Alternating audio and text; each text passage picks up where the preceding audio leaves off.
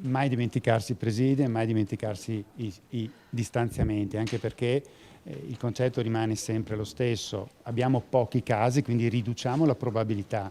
Siamo all'aperto, riduciamo la probabilità, ma il rischio zero non esiste. Ospite del presidente Zaia nel punto stampa quotidiano il professor Vincenzo Baldo, ordinario di igiene e medicina preventiva e componente del Comitato Tecnico Scientifico Veneto, che ha evidenziato come la prevenzione al momento sia l'unica arma per contrastare un virus così aggressivo, continuando ad adottare tutte le misure di protezione. Sono quelle che ci stanno in qualche modo salvando da quello che è la diffusione. Infatti abbiamo visto un'ottima riduzione del numero dei nuovi casi, almeno nel Veneto, e di conseguenza questo è quello che dobbiamo continuare a fare fino a che non avremo quello che speriamo tutti, che è il vaccino, che arrivi il più presto possibile. Ma anche la scienza ha i suoi tempi. La scienza corre, sta cercando di arrivare in tempi veloci perché a mio ricordo la produzione di un vaccino in tempi così brevi veramente non ha uguali in questo momento.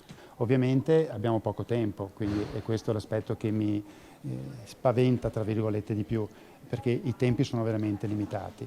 L'altro aspetto è che una volta che lo abbiamo, vi ricordo che deve essere approvato, vi ricordo che deve essere prodotto e vi ricordo che deve essere somministrato e deve raggiungere quello che è l'herd immunity, quindi ci sono dei tempi tecnici che mi fanno prospettare a un anno prossimo per avere un qualcosa che mi dia una risposta dal punto di vista di herd immunity.